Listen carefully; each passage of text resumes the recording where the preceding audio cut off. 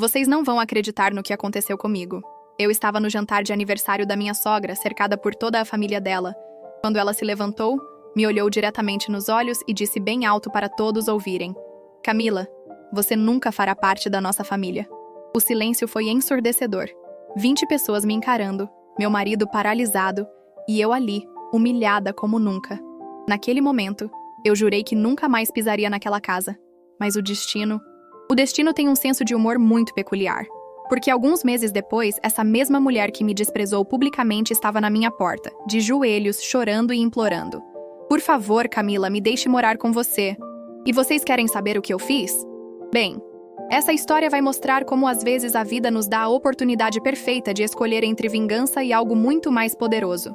Preparem-se, porque o que aconteceu mudou nossa família para sempre. Deixem eu explicar como tudo começou. Meu nome é Camila Ribeiro. Tenho 26 anos e sou professora do ensino fundamental aqui em Campinas. Conheci meu marido Lucas Pereira há 4 anos na faculdade. Ele é engenheiro civil, daqueles homens gentis que você olha e pensa: esse é o cara da minha vida. E realmente era. Ou pelo menos eu achava que era, até descobrir que ele vinha com um pacote família bem complicado. Lucas perdeu o pai, seu Antônio, há 3 anos. Um homem trabalhador que deixou uma herança considerável para a família. Desde então, quem manda e desmanda na família Pereira é Dona Marta, minha sogra de 58 anos. Uma mulher que se aposentou cedo e desde a morte do marido se tornou o centro do universo familiar. Ela mora numa casa linda em um bairro nobre, sempre impecavelmente arrumada, daquelas pessoas que fazem questão de mostrar status em cada detalhe.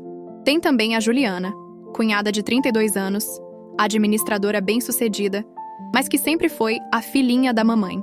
Ela e Lucas são os únicos filhos, e Dona Marta sempre deixou claro que eles eram sua prioridade absoluta. Eu? Bem, eu sempre fui tratada como uma intrusa temporária. Desde o início do nosso relacionamento, Dona Marta deixava claro que eu não estava à altura do padrão Pereira. Comentários sutis sobre minha profissão. Ah, professora, que interessante. Sobre minha família simples. Sobre o fato de eu não ter posses. Lucas sempre minimizava. Mãe é assim mesmo. Ela vai se acostumar com você. Mas eu sentia que havia algo mais profundo. Dona Marta não queria apenas que eu não fizesse parte da família. Ela queria me humilhar até eu desistir do Lucas por conta própria. E no jantar de aniversário dela, ela finalmente mostrou suas verdadeiras intenções. Mas o que ela não sabia é que aquela noite seria o início da sua própria queda. Porque às vezes, quando você tenta destruir alguém, você acaba revelando quem realmente é por dentro. O aniversário de 58 anos da Dona Marta seria o evento do ano. Pelo menos era assim que ela falava. 2 semanas antes, ela ligou para Lucas dizendo que esperava que todos da família estivessem presentes. Quando ele perguntou se eu estava incluída no todos, ela fez uma pausa longa e disse: Claro, Lucas. Sua esposa também pode vir. Eu sabia que seria tenso, mas decidi fazer um esforço. Passei semanas pintando um quadro à mão. Uma paisagem linda do interior de São Paulo, onde a família tinha uma fazenda. Pesquisei, caprichei em cada detalhe. Pensei que seria o presente perfeito para mostrar que eu me importava com a história da família. Chegamos na casa dela numa sexta à noite. A mesa estava posta para 20 pessoas. Família estendida, amigos próximos, todo mundo que importava no círculo social dela. Eu estava nervosa, mas determinada a causar uma boa impressão. Lucas me apresentou para os tios que eu ainda não conhecia. E por um momento pensei que talvez a noite fosse diferente. Na hora dos presentes, eu entreguei meu quadro com um sorriso genuíno. Dona Marta abriu, olhou por alguns segundos, e então disse alto o suficiente para todos ouvirem: Ah, que criativo! Mas não combina nem um pouco com a decoração da casa. Vou ter que guardar no depósito. Algumas pessoas riram nervosamente. Eu senti meu rosto queimar de vergonha. Mas o pior ainda estava por vir. Durante o jantar, Dona Marta começou a contar histórias da família, falando sobre tradições, sobre valores Pereira, sobre como era importante manter o padrão da família. E então, do nada, ela se levantou com a taça na mão. Quero fazer um brindis, ela disse, olhando diretamente para mim. A família Pereira, aqueles que realmente pertencem a esta mesa. Pausa dramática. E quero deixar uma coisa bem clara para todos aqui. Ela apontou para mim. Camila, você nunca fará parte da nossa família. Nunca. O silêncio foi ensurdecedor. 20 pares de olhos me encarando. Lucas ficou paralisado, boca aberta, sem reação. Eu me levantei, peguei minha bolsa e saí. Mas enquanto caminhava para o carro, eu ouvi algo que me gelou. Dona Marta rindo e dizendo: finalmente alguém precisava falar a verdade. Naquele momento, eu jurei que ela pagaria por aquela humilhação. Depois daquela noite humilhante, eu simplesmente parei de aparecer nas reuniões da família Pereira. Aniversários, almoços de domingo, churrascos. Eu inventava qualquer desculpa para não ir. Lucas ficava dividido, tentando me convencer. Camila, você não pode deixar minha mãe vencer assim. Mas como ele podia falar isso? Ele nem sequer me defendeu naquela noite. As coisas em casa começaram a ficar tensas. Lucas saía para visitar a mãe sozinho e voltava estranho, distante. Eu sentia que Dona Marta estava enchendo a cabeça dele com veneno sobre mim. E eu estava certa. Um dia, a Juliana me ligou, coisa que ela nunca fazia, e disse: Camila, preciso te contar uma coisa. Mamãe está falando muito mal de você para todo mundo da família. Descobri que Dona Marta estava espalhando que eu era interesseira, que tinha me casado com Lucas só pelo dinheiro da família, que eu era mal educada e sem classe. Ela contava para as amigas que eu era uma professorzinha sem futuro, que queria me aproveitar do filho dela. Cada palavra era como uma facada. Mas o que mais me deixou furiosa foi descobrir o plano dela.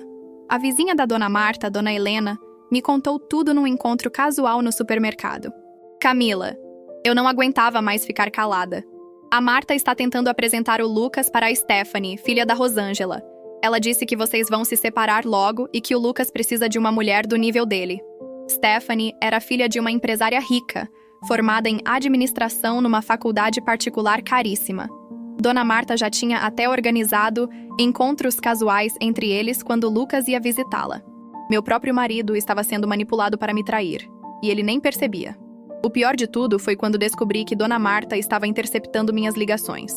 Quando eu ligava para a casa dela procurando Lucas, ela dizia que ele não estava, mas depois eu descobria que ele estava lá sim. Ela também deletava minhas mensagens do WhatsApp dele quando ele esquecia o celular por lá. Lucas e eu começamos a brigar quase todo dia. Ele dizia que eu estava paranoica, que sua mãe não era tão ruim assim, mas eu via nossa relação desmoronando aos poucos, exatamente como Dona Marta queria. Ela estava conseguindo me destruir sem nem precisar me ver. Até que um dia, o telefone tocou. Era um advogado. E o que ele me contou mudou tudo. Era uma terça-feira de manhã quando meu telefone tocou. Número desconhecido. Quase não atendi, mas algo me disse para atender. Do outro lado da linha, uma voz séria. Bom dia, fala o doutor. Henrique Almeida, advogado. A senhora é Camila Ribeiro, esposa do Lucas Pereira? Meu coração disparou. Advogado ligando nunca é boa coisa. Sim, sou eu. Aconteceu alguma coisa com meu marido? Não, senhora. Na verdade, preciso falar sobre a herança do falecido Antônio Pereira. Há algumas irregularidades que descobrimos e a senhora precisa saber, pois isso afeta diretamente seu marido. Irregularidades? Que irregularidades? Doutor. Henrique marcou um encontro comigo no escritório dele naquela mesma tarde. Eu não contei nada para Lucas. Algo me dizia que era melhor eu entender primeiro o que estava acontecendo. No escritório, Dr. Henrique foi direto ao ponto. Senhora Camila, a herança deixada pelo Sr. Antônio era de 360 mil reais, para ser dividida igualmente entre os dois filhos, Lucas e Juliana. Cada um deveria ter recebido 180 mil reais. Deveria ter recebido? Eles não receberam? Essa é a questão. Dona Marta, como inventariante, tinha acesso total aos valores. Descobrimos que ela desviou a parte que era do Lucas, 180 mil reais, para investimentos pessoais. Investimentos que deram muito errado. Eu senti o chão sumir debaixo dos meus pés. Como assim desviou? Ela investiu tudo em uma empresa de um amigo que prometia retornos altos. A empresa faliu. O dinheiro sumiu. E tem mais. Ela também pegou empréstimos usando a casa como garantia, achando que conseguiria repor o dinheiro antes que alguém descobrisse. Minha cabeça estava girando. E a Juliana? Ela sabe disso? Juliana também foi enganada. Ela recebeu apenas 50 mil reais, e Dona Marta disse que era tudo o que havia. Juliana acreditou na mãe. Dr. Henrique me mostrou todos os documentos. Extratos bancários, comprovantes de transferência, contratos dos empréstimos. Dona Marta devia mais de 200 reais. 000 para o banco. A casa estava prestes a ir a leilão. Mas por que o senhor está me contando isso? Por que não falar direto com o Lucas? Por que, senhora Camila? Descobrimos que Dona Marta usou documentos falsos, incluindo uma procuração forjada em nome do Lucas. Tecnicamente, ela cometeu estelionato. E pelo que investigamos, ela está desesperada. Pessoas desesperadas fazem coisas impensáveis. Saí daquele escritório em choque. A mulher que me humilhou, que tentou destruir meu casamento, que me tratou como lixo, era uma criminosa. Ela roubou do próprio filho. E agora estava falida. Mas o que mais me chocou foi perceber que toda aquela arrogância, todo aquele desprezo por mim, era porque ela sabia que logo seria descoberta. Ela queria me afastar do Lucas antes que a verdade viesse à tona. Eu passei 3 dias guardando aquela informação, tentando decidir como contar para Lucas. Mas o destino se encarregou de acelerar as coisas. Na sexta-feira, Lucas chegou em casa transtornado. Camila, aconteceu uma coisa muito estranha. Minha mãe me ligou chorando, dizendo que precisa vender a casa urgentemente, que tem umas dívidas que não consegue pagar. Ela quer que eu empreste dinheiro para ela. Eu respirei fundo. Lucas, senta aqui. Preciso te contar uma coisa. Contei tudo. Mostrei os documentos que Dr. Henrique me deu. Vi meu marido desmoronar na minha frente. Primeiro veio a negação. Isso não pode ser verdade, minha mãe jamais faria isso. Depois a raiva. Como ela pôde me roubar? Roubar a Juliana? E por fim, a tristeza mais profunda que eu já vi em alguém. No sábado, Lucas confrontou Dona Marta. Eu não fui junto. Achei melhor ele resolver isso sozinho primeiro. Ele voltou destruído. Ela confessou tudo, Camila. Disse que entrou em pânico quando o investimento deu errado, que pegou empréstimos achando que conseguiria repor o dinheiro. Agora deve mais de 200 mil reais e o banco vai tomar a casa na próxima semana. Juliana também descobriu tudo e ficou furiosa. Ela cortou relações com a mãe na hora. Depois de tudo que eu fiz por ela, depois de todos os sacrifícios, ela me roubou e ainda mentiu na minha cara por anos. A casa foi a leilão numa quarta-feira. Dona Marta conseguiu ficar alguns dias na casa de uma amiga, mas logo essa amiga também a expulsou. Ninguém queria se envolver com os problemas dela. As outras amigas do círculo social dela sumiram quando souberam dos escândalos financeiros. E então, numa quinta-feira chuvosa, às 9 da noite, nossa campainha tocou. Lucas foi atender e voltou pálido.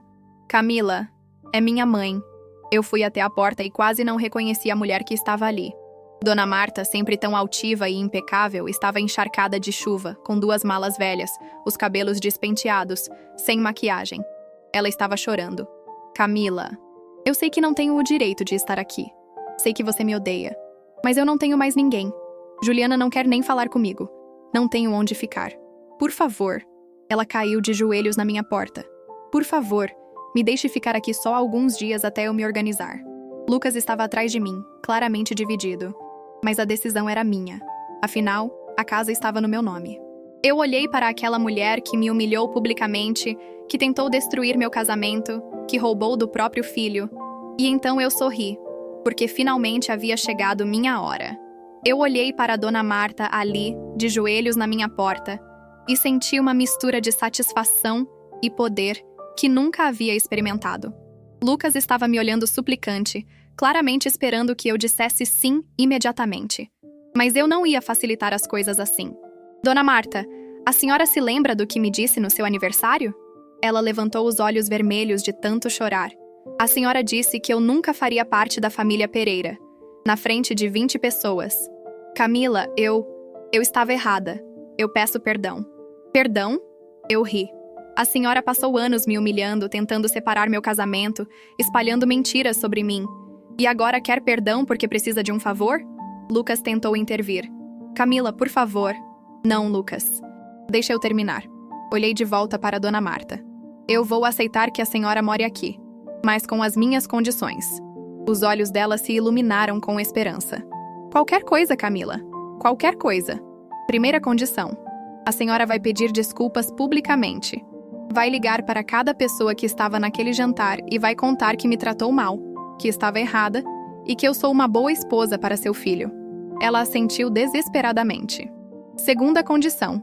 Terapia familiar. Nós 3 vamos fazer terapia juntos para resolver esses problemas de uma vez por todas. Sim, eu aceito. Terceira condição. A senhora vai trabalhar. Não vai ficar aqui de braços cruzados. Vai arrumar um emprego e me pagar 500 dólares por mês de pensão. Mas Camila, eu tenho 58 anos, quem vai me contratar?